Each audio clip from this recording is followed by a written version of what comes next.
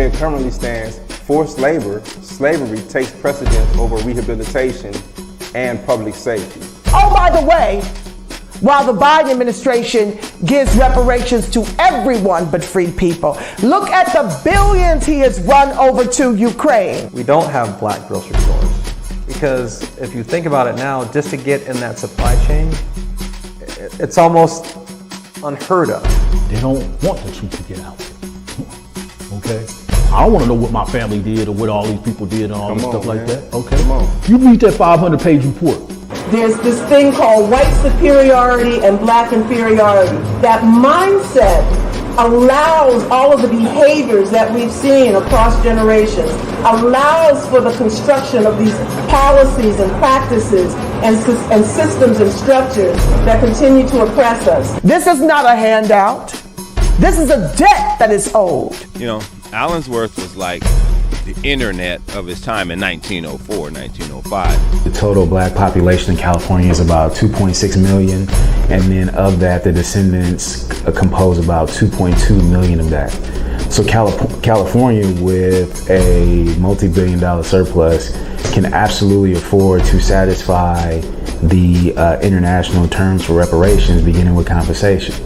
Any financial obstacle that exists that impedes the success of increasing financial prosperity needs to be dealt with and eliminated. No matter where we've been, no matter what part of this fight we've been in, we've been harmed, and we've had harm done to us specifically. When I got to Los Angeles, this was some of the worst segregation I'd ever seen. And remember, I'm telling you, I'm from Mississippi. Because as you can see, I'm giving you broken history right now, you know? But I had to give it to you guys today. I said, no, I got to show them this because it's so precious and nobody really knows about it. Black people don't have that kind of luxury. Our historically black communities have been redistricted multiple times. Now listen, if you can't handle the TR roof, don't tune in.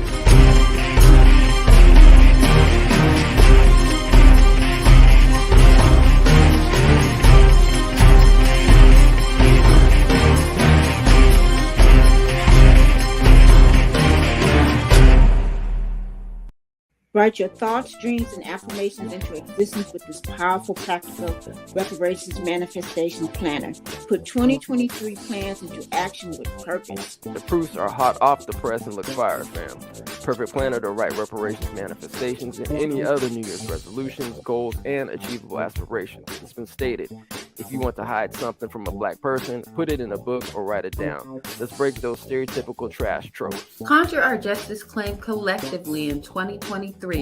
Believe it and achieve it. Cut the check. Reparations Now Planner. Available now at Amazon.com. Write it into existence this year with fam and friends.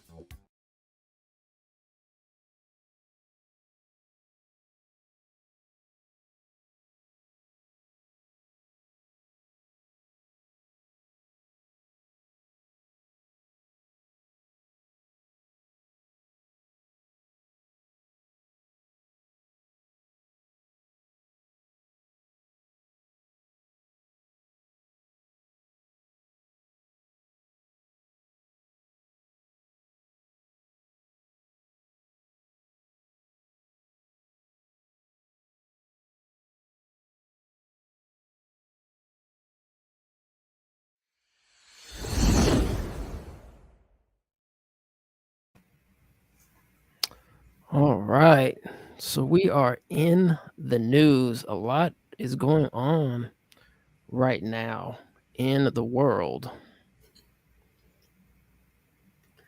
That's an understatement. Yes, it is, especially when they're like laying like all these layoffs, debt ceilings, and racism is just running rampant. Right. It don't stop. So yeah, so I guess let's before we get into the news, let's see what we have going on here in the Mass Media Group. Also, always a lot going on. So smash the bell, and subscribe. Yep.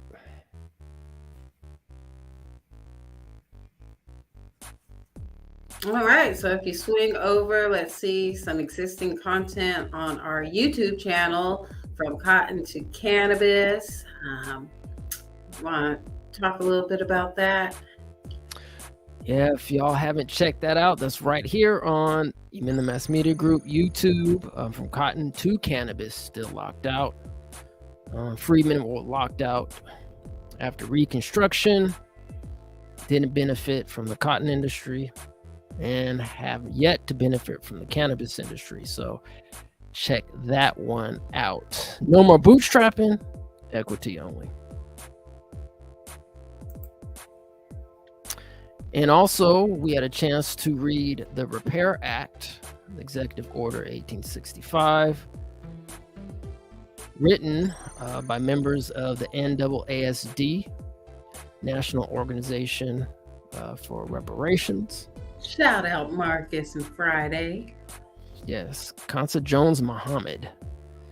Shout out for them too, doing a wonderful job on the Repair Act. So if you have a chance, please go to the channel and check that out. Because yes, and the Repair Act is was written as a potential replacement to HR 40, a federal reparations bill. So definitely go take a listen to that. Yeah. Oh, and then of course our reparations manifestations planners are on sale now at Amazon. If you go to Amazon and order them, the turnaround is pretty quick on that. So yeah, order your planners today and get them in the mail in a couple of days. Hot some off for your the, friends and family too. Absolutely, hot off the press. Hot off the press. And then on the 27th and 28th of this month in California, in Southern California, 12th meeting on the California Reparations Task Force will be streamed live on the DOJ site as well, right here in the Mass Media Group. We're going to be down in San Diego. Woohoo, road trip. Road trip. Yep. So actually at the San Diego State University. Yeah, also hot off the press, they have this information about the location and the agenda. So swing on by the DOJ website for all of this information. Yeah, it should be somewhere down in the description. The link should be down there. So if not, it'll probably be somewhere in the PSA that we're supposed to be hopefully releasing tomorrow. So check that out. But it is on the screen shot for more information right there on the slide. Right. Looks like it's going to be at San Diego State University this time around. So again, check out the full agenda. And if you're in the area, plan to attend in person. Absolutely. All right. So I guess let's get to it. Let's do it. All right, U.S. hits debt ceiling, prompting Treasury to take extraordinary measures. The U.S. hit the debt ceiling set by Congress on Thursday, forcing the Treasury Department to start taking extraordinary measures to keep the government paying its bills and escalating pressure on Capitol Hill to avoid a catastrophic default. The battle lines for the high-stakes fight have already been set. Hardline Republicans who have enormous sway in the House because of the party's slim majority have demanded that lifting the borrowing cap be tied to spending reductions. The White House countered that it will not offer any concessions or negotiate on raising the debt ceiling, and with the solution to the debt ceiling drama squarely in lawmakers' hands, fears are growing that the partisan brinkmanship could result in the nation defaulting on its debt for the first time ever, or coming dangerously close to doing so. Treasury Secretary Janet Yellen wrote a letter to House Speaker Kevin McCarthy Thursday informing him that the nation's outstanding debt is at the statutory limit of $31.4 trillion, and that the agency will implement extraordinary measures so it doesn't default on its debt, which would have enormous consequences on the U.S. economy, global financial stability, and many Americans. She said the measures will last through June 5th. How Treasury will temporarily avoid a default. Treasury will start using two extraordinary measures to allow it to temporarily continue financing the federal government's operations, Yellen wrote on Thursday. They are mainly behind the scenes accounting maneuvers. As part of the debt issuance suspension period, the agency will begin to sell existing investments and suspending reinvestments of the Civil Service Retirement and Disability Fund and the Postal Service Retire Health Benefits Fund. Also, it will suspend the reinvestment of a government securities fund of the Federal Employees Retirement System Thrift Savings Plan. These funds are invested in special issue Treasury securities, which count against the debt limit. Treasury's actions would reduce the amount of outstanding debt subject to the limit and temporarily allow it to continue paying the government's bills on time and in full. No federal retirees of employees will be affected, and the funds will be made whole once the impasse ends, Yellen wrote. I objection. This would not be the first time that America has defaulted on a debt. We have something called reparations out there that has not been realized, something that also needs to be paid on time and in full. Absolutely. So, USA being hypocritical once again. All right. Wells Fargo might owe you money. Here's how to get it. If you had a Wells Fargo account between 2011 and 2022, you might be one of the 16 million customers who qualify for damages, says a Consumer Financial Protection Bureau. As part of a $3.7 billion settlement, Wells Fargo has agreed to pay more than $2 billion directly to customers harmed by illegal activity ranging from incorrect overdraft fees to wrongful foreclosures, according to the CFPB. Wells Fargo customers who might be affected include those with car loans, mortgages, or bank accounts. For auto loans, customers' illegal practices include prepaid gap coverage that wasn't refunded when loans were paid off early, incorrectly applied payments that led to higher interest rates and fees, and unwarranted auto repossessions. For mortgage loan borrowers, damages might be owed for wrongful foreclosures, incorrectly charged fees, and wrongful loan modifications that would have otherwise prevented foreclosure. The bank account holders, some were incorrectly charged overdraft fees on debit and ATM withdrawals, as well as having money unfairly frozen if Wells Fargo suspected a single deposit was fraudulent. The total amount of damages owed to each affected customer will vary according to numbers provided by the CFPB. For automobile repossessions, compensation is at least, but is not limited to, $4,000.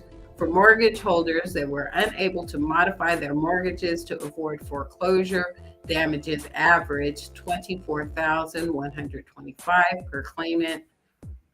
For deposit accounts, customers average $100. Wow.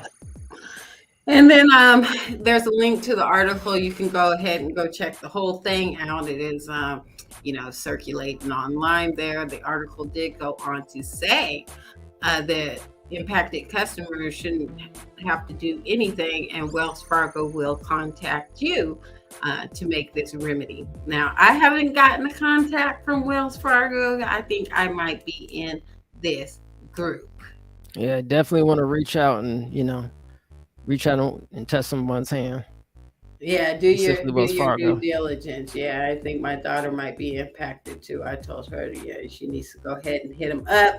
And Wells Fargo doesn't need to be the only bank under this scrutiny. Chase Bank also, Chase Bank should have something like this because they reneged on a modification of mine during the housing crisis that has caused me ongoing hardship. So hopefully they'll be looking at Chase and Bank of America with, like I said, the same type of scrutiny.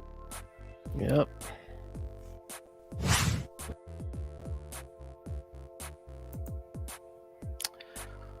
All right. More tech layoffs in 2023 are already piling up. As big tech continues to reel from its massively difficult 2022, some of the sector's biggest names are beginning 2023 by laying off employees by the thousands. In 2022, companies like Meta, Amazon, and Intel announced major job cuts following years of expansion. There's hope that big tech is set up for a better year in 2023, but high interest rates, inflation, a hawkish Fed, and spending slowdowns among both advertisers and consumers have created a storm that's not passing just yet. Google parent Alphabet is the latest of big tech's titans to slash employees in droves. To date, tech's biggest names have slashed almost 50,000 jobs. Here's a roundup of major layoffs that have rattled the sector just a few weeks into the new year. Alphabet announced today that it's slashing 12,000 jobs, the company's largest ever round of layoffs. The layoffs are set to affect the company across the board, but are likely to focus outside the company's core businesses. Layoffs have already affected areas like health-centric group Verily, which Google rebranded from its life sciences division in 2015. Yahoo Finance reported in December that Alphabet was likely to conduct layoffs. Microsoft as well said on January 18th that it's laying off 10,000 workers as it seeks to cut costs. These cuts affect about 4.5% of Microsoft's corporate workforce of 221,000. The Redmond-based giant reportedly also shed jobs in October, according to Axios, and did a small number of layoffs over the summer. Though Amazon began its layoffs last year, CEO Andy Jassy wrote on January 4th that the e-commerce giant plans to lay off 18,000 employees in its corporate workforce. It's an even higher number than company watchers were perhaps expecting, as the New York Times reported that Amazon was laying off 10,000 employees. The company began its cuts back in November, and then, as now, it's all about cutting costs. Salesforce is laying off about 8,000 workers, or about 10% of its workforce, and the company is simultaneously planning to cut office space. The news came on January 4th when CEO Mark Benioff wrote that the environment remains challenging and our customers are taking a more measured approach to their purchasing decisions. And it also looks like Coinbase is laying some people off too. Said on January 10th that it's cutting off 20% of its workforce, approximately 950 employees. This marked the crypto company's second major set of layoffs within the last few months, as it also cuts jobs back in June. At that time, Coinbase CEO Brian Armstrong said that the company was adjusting to a crypto winter and preparing for a possible recession. This time, Armstrong said that Coinbase is under escalating pressure in the aftermath of the collapse of FTX. So, yep, laying people off left and right. Very unfortunate. What do you think? Do you think many of us will be impacted by these tech company layoffs?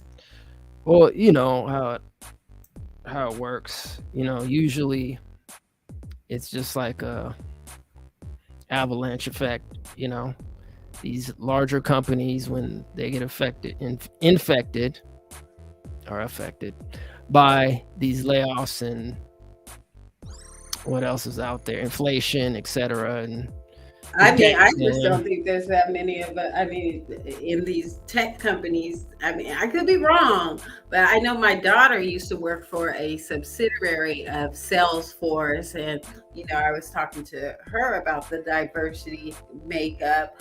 I said, oh, you know, how many Black people work there with you, sweetie? And she said there was like 3 of them. And I was like, well, how many in the company? And she said 250. But the little 3 that were there would probably be the first to go. As a matter of fact, she did get laid off during COVID. So there you go. Yeah, I mean, usually we are definitely impacted by, you know, these layoffs. So, I mean, that's why, you know, we have to support. And I think one of the suggestions, or maybe, I don't know, a requirement maybe for this reparations plan, especially within the Freedmen's Bureau, is to actually have more job security, so we can create more jobs, you know, for our freedmen people. Because, and we probably even said it on this channel before, I think we might have even done a couple of videos on, you know, the tech industry. Yeah, we have. And our lack of representation in there.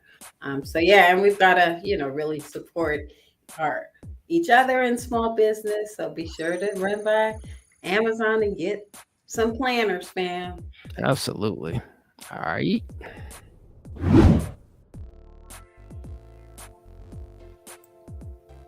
Iowa GOP's plan to limit SNAP benefits slammed as dehumanizing. A group of Iowa Republicans is pushing legislation that would limit the state's low-income residents are allowed to buy with their Supplemental Nutrition Assistance Program, SNAP benefits.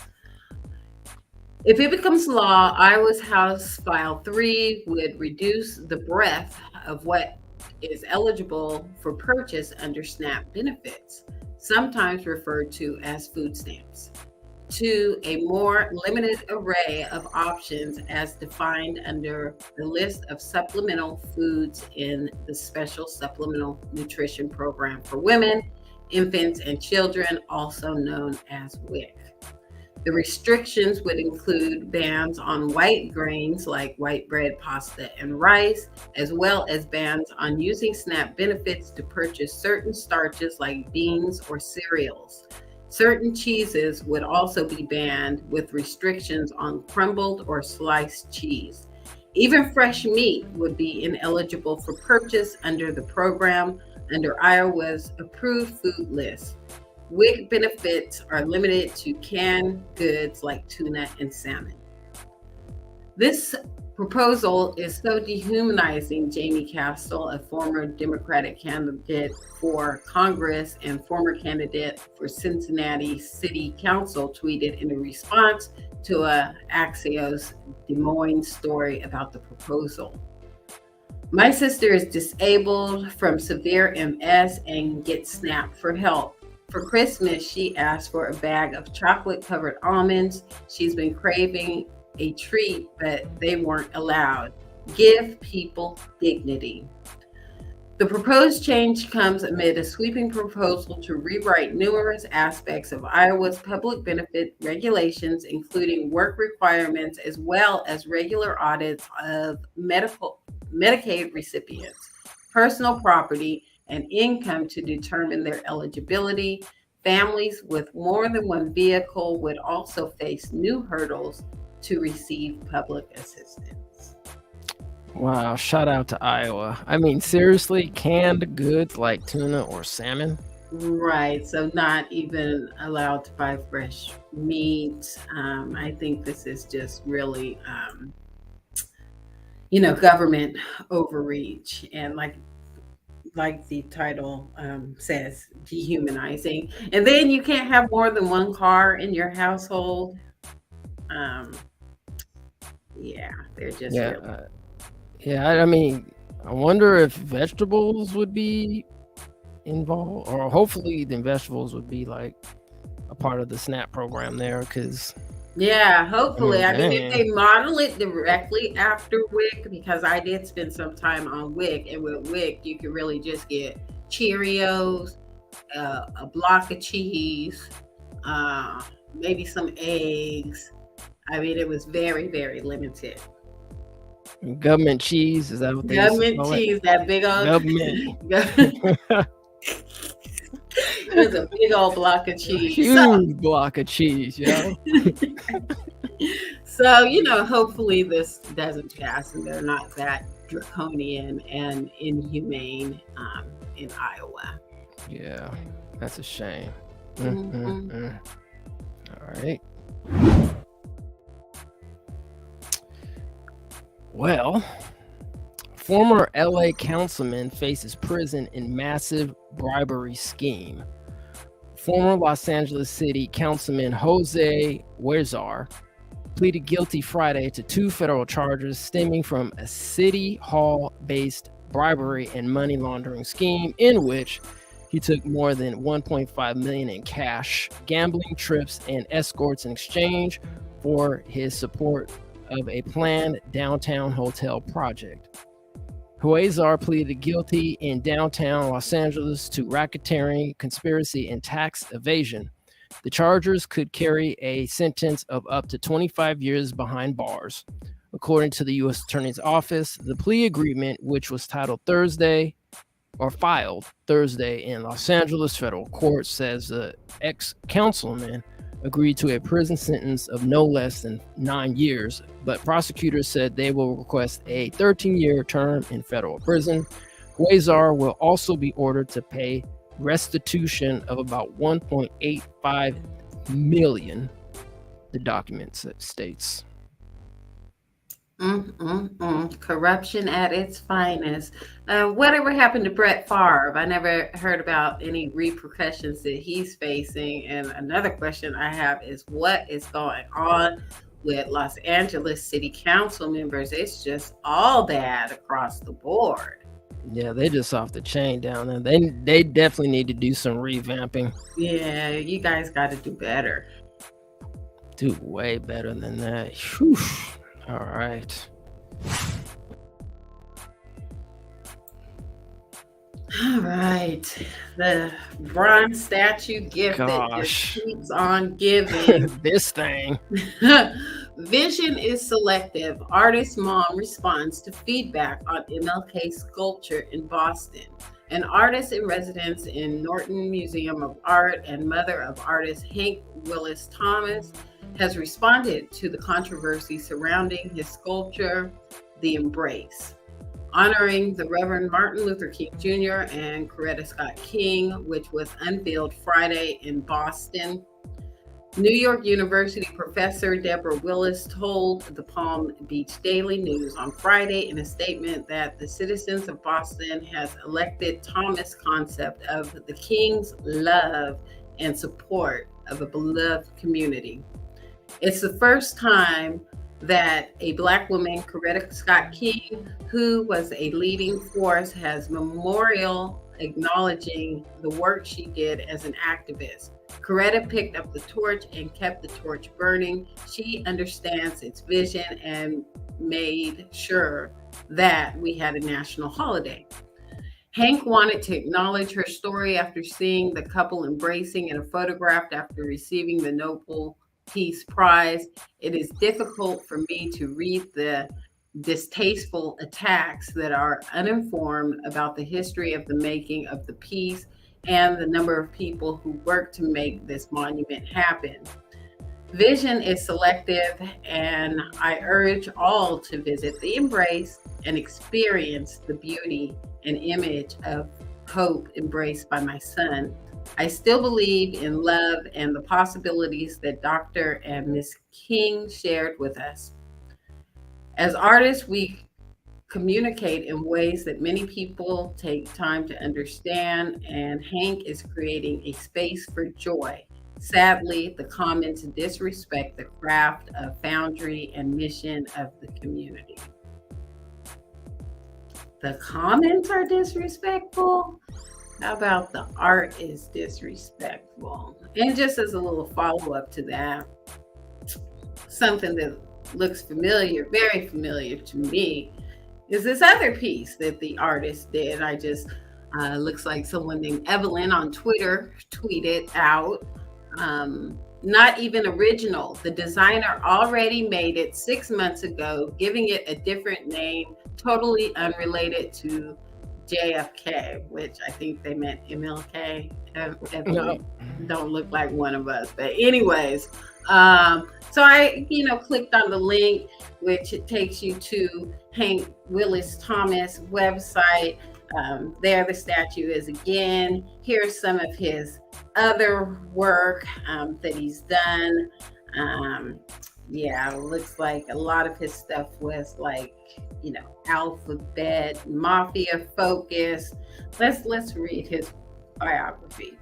Hank Willis Thomas is a conceptual artist focusing on themes related to perspective, identity, commodity, media, and popular culture. His work often incorporates widely recognizable icons, many from well-known advertising or branding campaigns, to explore their ability to reinforce generalizations developed around race, gender, and ethnicity.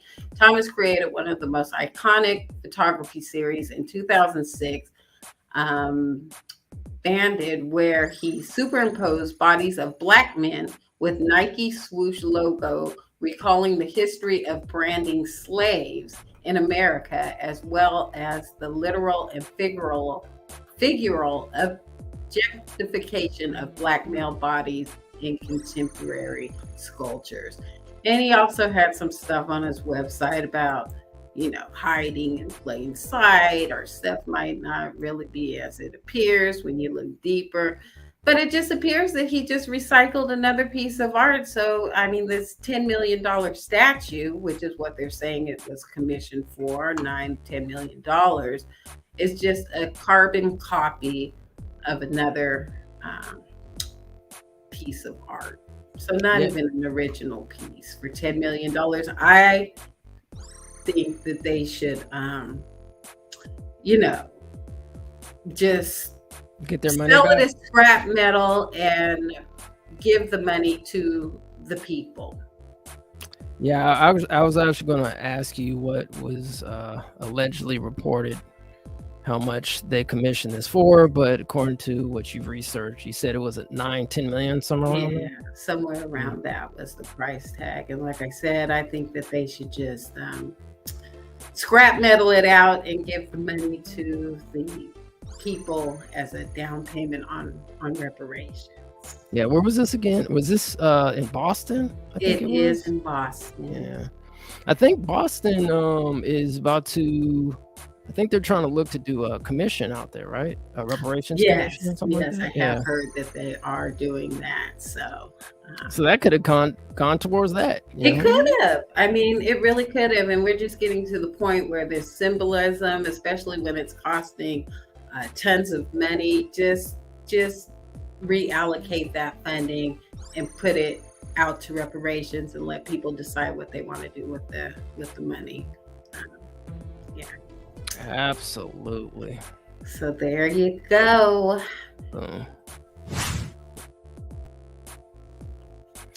Alec Baldwin and weapons handler to be charged with manslaughter in deadly Rust shooting. New Mexico prosecutors said that they are filing felony criminal charges against actor Alec Baldwin and the armor of the low-budget Western film Rust, following the fatal shooting of the film's cinematographer. The charges represent a dramatic culmination of more than a year of speculation over who would be held accountable for the death of cinematographer Helena Hutchins, a rising star in the film industry. Hutchins was shot in the chest October 21st of 2021 as she rehearsed a scene with Baldwin and the film's director, Joel Souza, who was wounded. Baldwin is expected to be charged with the 2 counts of involuntary manslaughter in Hutchins' death. Prosecutors also plan to bring involuntary manslaughter charges against weapons handler Hannah Gutierrez Reed, who loaded the gun.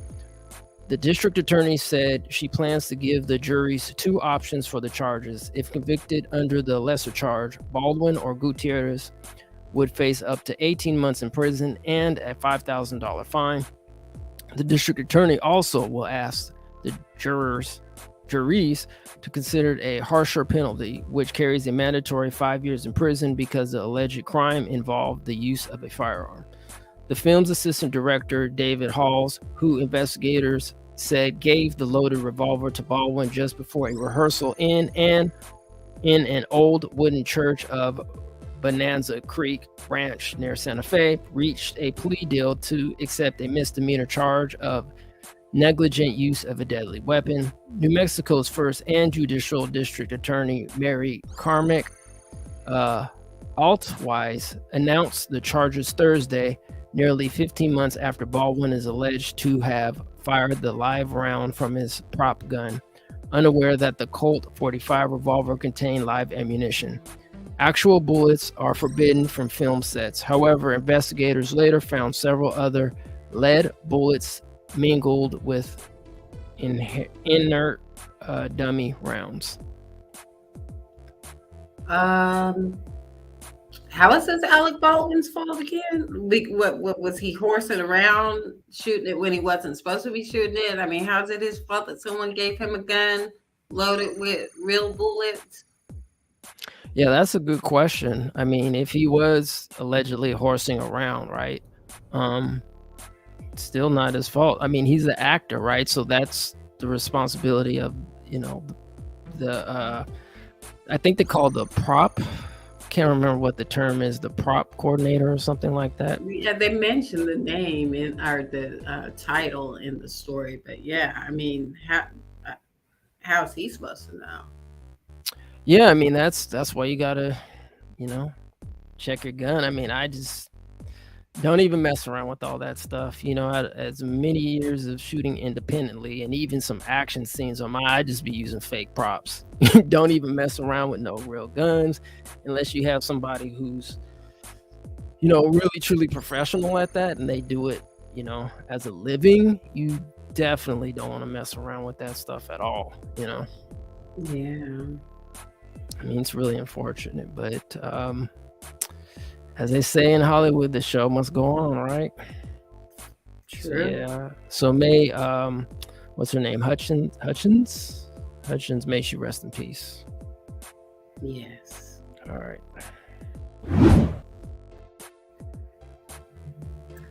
All right. Let's try to wrap our heads around this story together. Looks like there's another new racial equity action plan coming out, this time with the California Water Resources.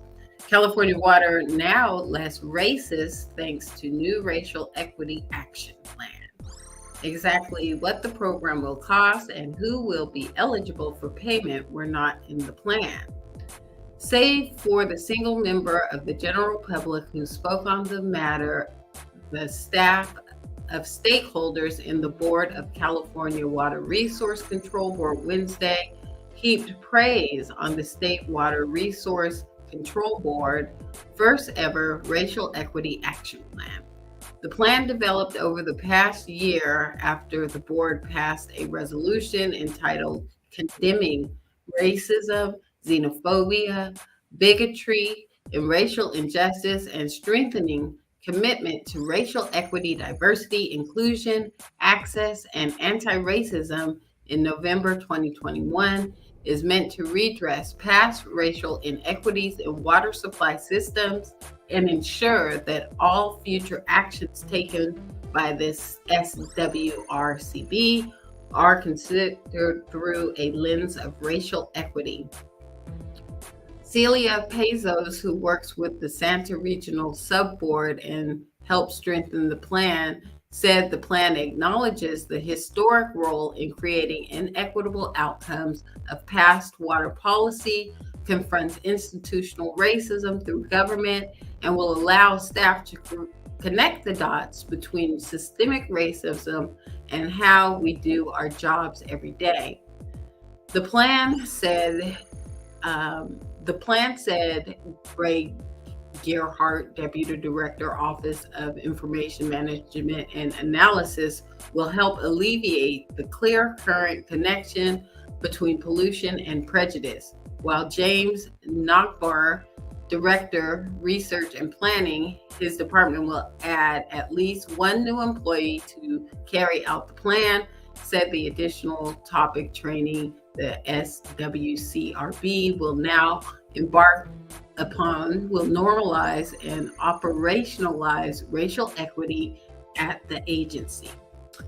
Yan Liu, the sole member of the general non-stakeholder public to speak via Zoom, wondered if the whole plan was a waste of taxpayer money.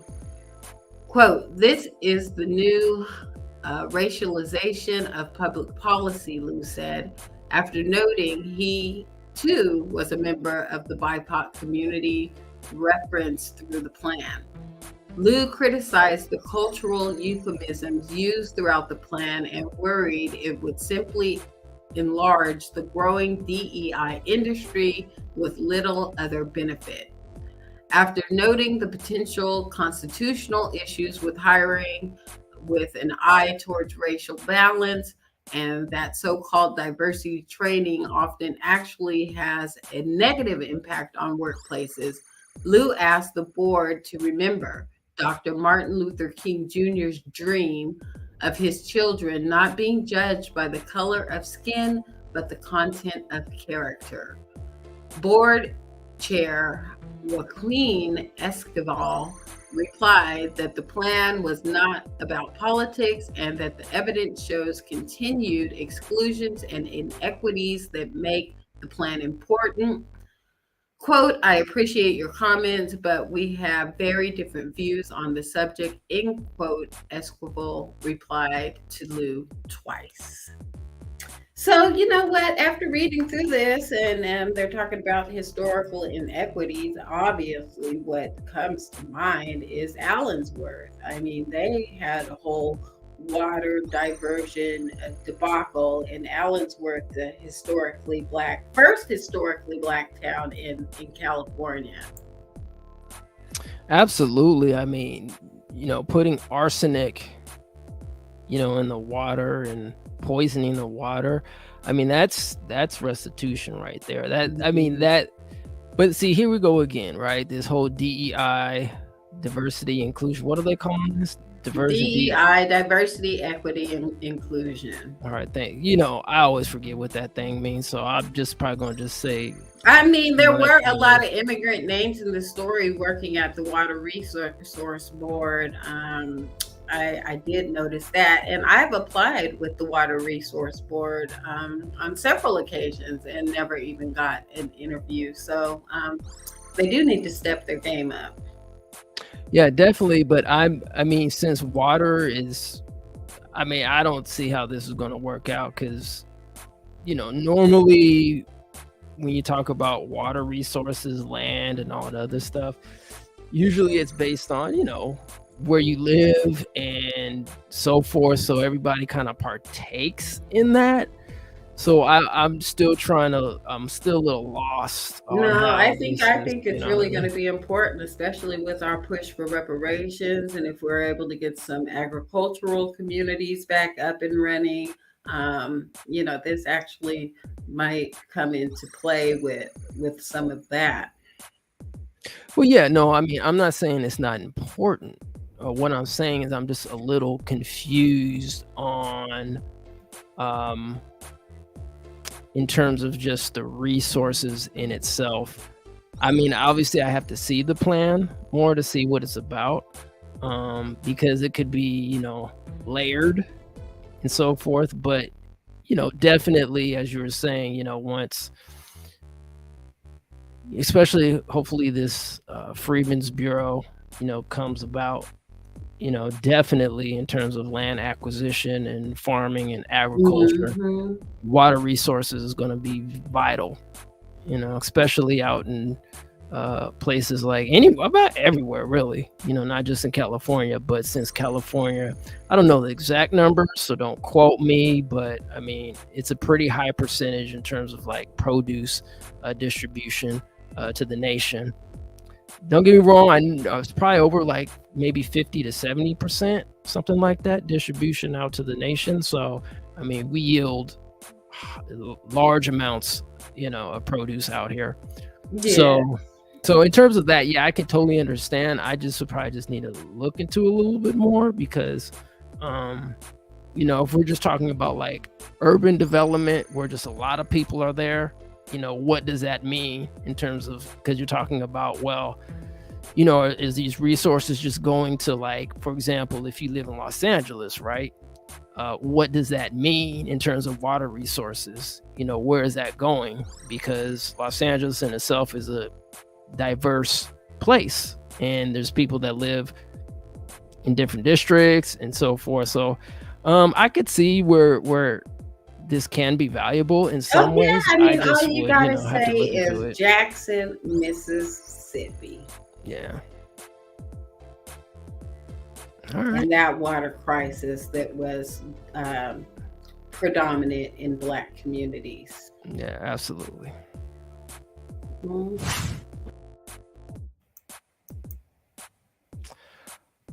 All right, so it looks like the heirs of the Gap Band are suing BMG for Uptown Funk royalties. Family members of the Gap Band have filed a lawsuit against music conglomerate BMG for allegedly failing to pay royalties from Mark Ronson and Bruno Mars' hit Uptown Funk, reports NME. The suit claims that BMG has yet to compensate Ronnie Wilson's widow, Linda Roberts' daughter, Robin, and Latina, as well as other family members for their shares of the song Charlie Wilson. Charlie Wilson, the third and only living member of the Gap Band, was not named in the lawsuit.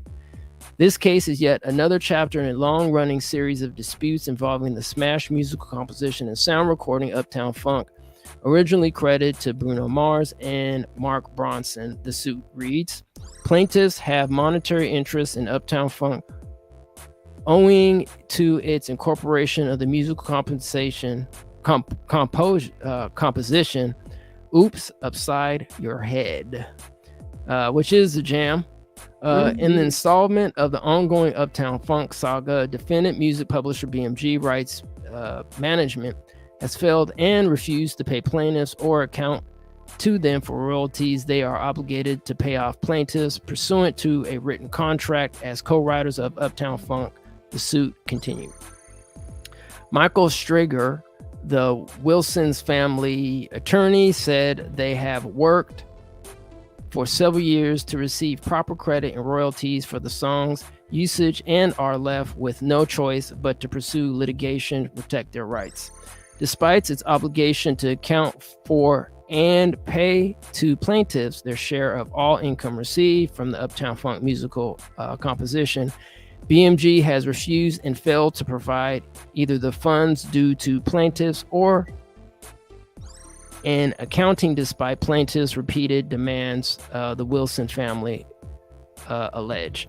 In 2015, an agreement was reached in which Robert and Ronnie Wilson were listed as co-writers of Uptown Funk in an attempt to avoid a future copyright lawsuit. According to the agreement, the Wilson brothers received music publishing rights and 3.4% of the copyright for Ronson's and Mars sample of Oops Upside Your Head. A massive global hit, Uptown Funk held the #1 spot on the Billboard Hot 100 for 14 weeks. It was also certified 11 times platinum and won a Grammy for Record of the Year in 2015. What does Bruno Mars have to say about all this? I have no idea what he has to say about this. I don't know what I think about Ronson or Bronson or what's Mark Ronson, the producers. I have no idea. But it's just another case, Friedman getting jacked. Getting jacked around. Bruno Mars should be paying just for cultural appropriation, period. Yeah.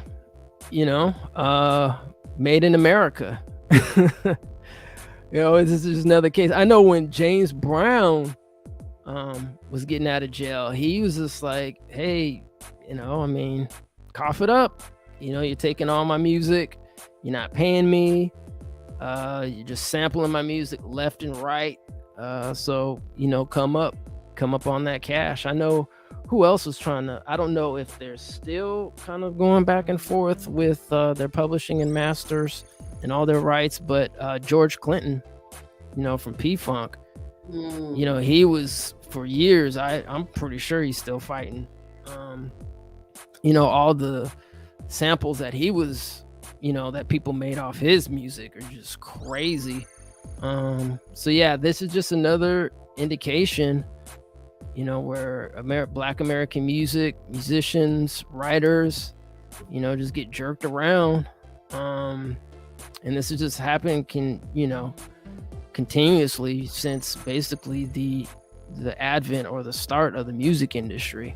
That's why it's so important, if you are an artist or if you are a musician and so forth, and you do write music and you do produce your own music, that you try to do your best to make sure that you have your business in order, because people will take advantage of you. And this is just another indication of that happening. And especially, they've transitioned now, and shout out to Charlie Wilson. Basically, he's the only living survivor out of the Gap Band. Right. So hopefully their family heirs are being that's why that generational wealth, not able to keep it going. And that's why it's so important with these reparations claims that we're going after too, that the criteria for promise of non-repetition be in there, so we don't have to keep going through this. Absolutely. And I don't know how, I think we read in the California Reparations report, they did mention, creative rights and, trying to capture, some of the ongoing harms, especially in the creative industry.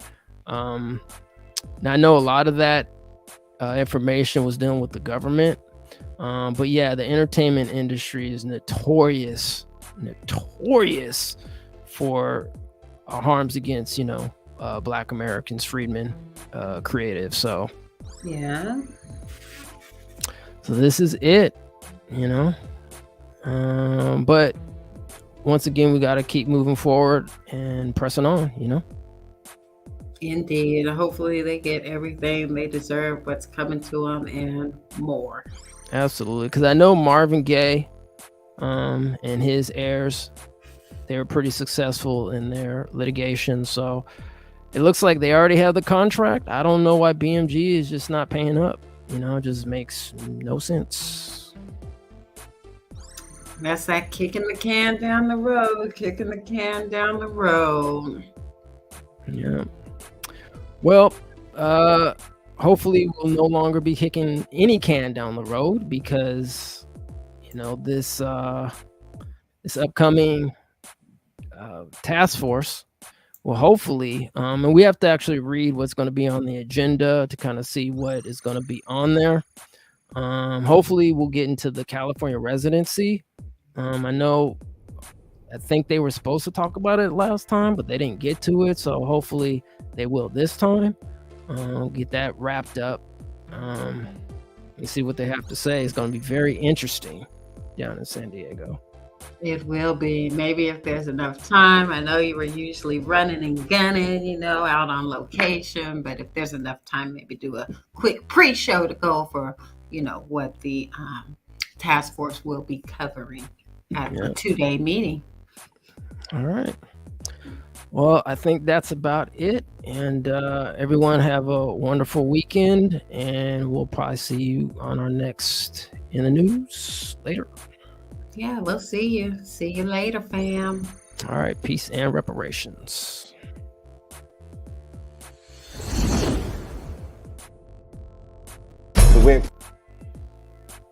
The 12th California Reparations Task Force meeting is scheduled for January 27th and 28th. All California Reparations Task Force meetings are open to the public and welcome public comment. Amend the Mass Media Group provides coverage of all California Reparations Task Force meetings. Tune in, tap in, and testify. Reparations Now, fam.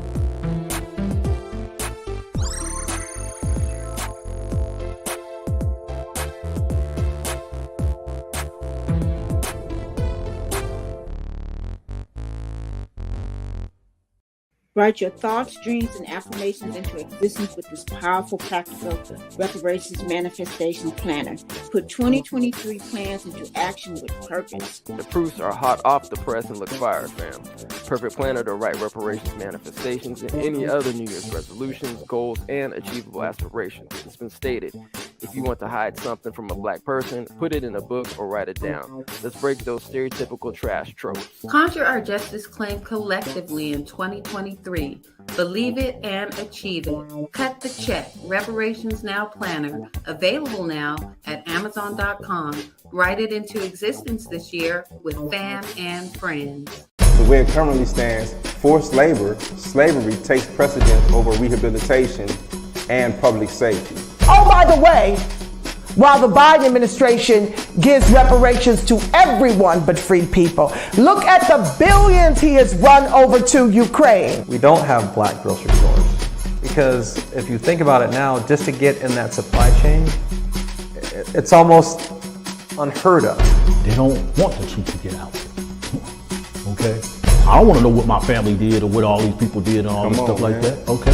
You read that 500-page report.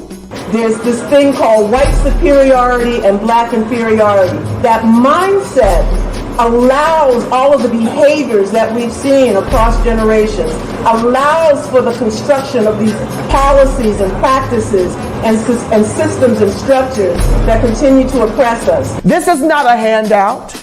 This is a debt that is owed. You know, Allensworth was like the internet of his time in 1904, 1905. The total black population in California is about 2.6 million, and then of that, the descendants compose about 2.2 million of that.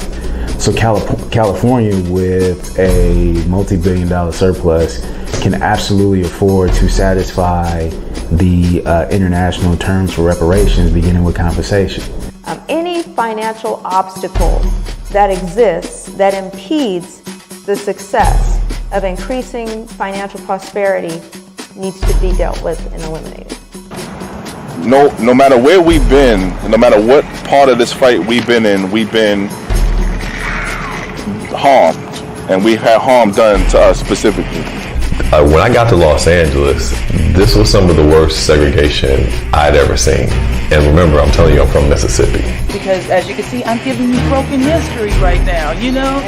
But I had to give it to you guys today. I said, no, I got to show them this because it's so precious and nobody really knows about it. Black people don't have that kind of luxury.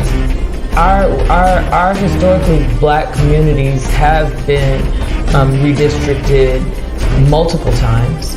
Now listen, if you can't handle the TR roof, don't tune in.